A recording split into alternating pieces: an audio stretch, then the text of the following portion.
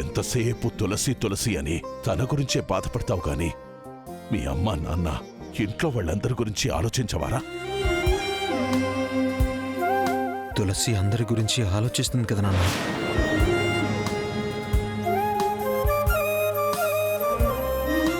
సరే, కనీసం తన కోసమైనా నిన్ను బయటికి రమ్మంటున్నాన్రా.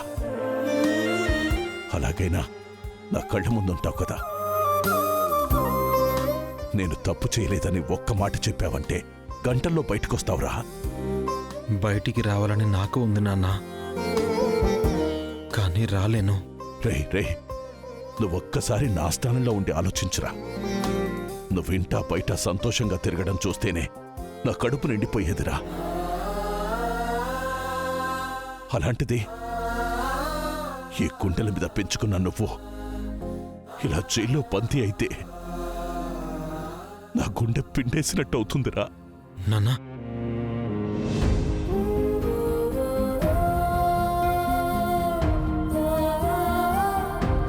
అంత నేను చూస్తాను. టైం అయిపోయింది సార్. వస్తున్నాను.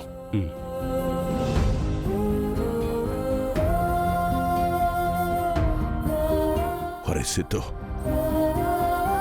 తండ్రి దూరమైనా కొడుకు జీవితంలో మార్పుండకపోవచ్చు, కానీ అదే ఎదిగిన కొడుకు దూరమైతే ఆ తండ్రికింకా ప్రపంచం అనేదే ఉండదురా.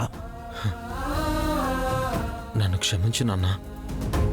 నా కోసం అందరికంటే నువ్వే ఎక్కువ బాధపడుతున్నావని తెలుసు, కానీ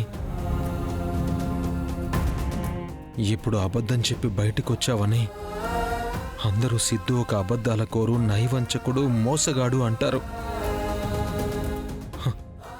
అది చూస్తూ నువ్వు మాత్రం సంతోషంగా ఉండగలవా?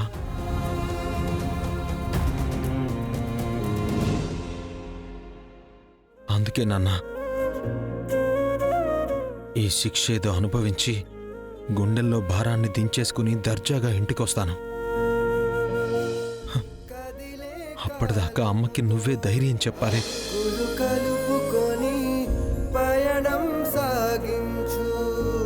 నువ్వెన్నైనా చెప్పరా, నిన్ను జైల్లో మాత్రం ఉండనివ్వను.